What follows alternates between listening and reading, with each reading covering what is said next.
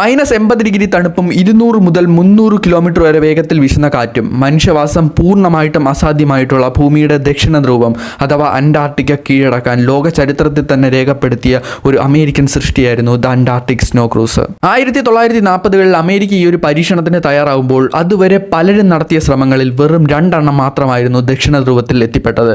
അതിൽ ഒരു കൂട്ടർ മാത്രമാണ് ജീവനോടെ തിരിച്ചു മടങ്ങിയത്. അമേരിക്കയുടെ മുന്നിലുണ്ടായിരുന്ന ഒരു പ്രധാന ലക്ഷ്യം മറ്റാരെക്കാളും വേഗത്തിൽ ഈ ഒരു ദൗത്യം പൂർത്തിയാക്കുക എന്നതായിരുന്നു. അതിനായിട്ട് വളരെ മുന്നേ തന്നെ ഈ ക്രൂസറിന്റെ ചർച്ചകൾ നടക്കുന്നുണ്ടായിരുന്നു. ചില പെട്ടെന്നുണ്ടായ കാരണങ്ങളാൽ വെറും 11 ദിവസം കൊണ്ട് ഇത് നിർമ്മിക്കേണ്ടതായി വന്നു. Chicago armour institute of technology നിർമ്മിച്ച 37 ടൺ ഭാരമുള്ള ഈ സ്നോ ക്രൂസറിൽ 5 യാത്രക്കാർക്ക് 1 വർഷത്തോളം താമസിക്കാനുള്ള സൗകര്യങ്ങളും ഇന്ധനവും ഒരു എയർക്രാഫ്റ്റും ഉൾപ്പെടുത്തിയിരുന്നു. ഇത്രയൊക്കെ ഉണ്ടായിട്ടും ഈ ഒരു മിഷൻ പാടെ പരാജയപ്പെട്ടുപോയി. പാതി വഴി പോലും ആവും മുന്നേ അവർക്ക് ഇത് ഉപേക്ഷിക്കേണ്ടതായി വന്നു.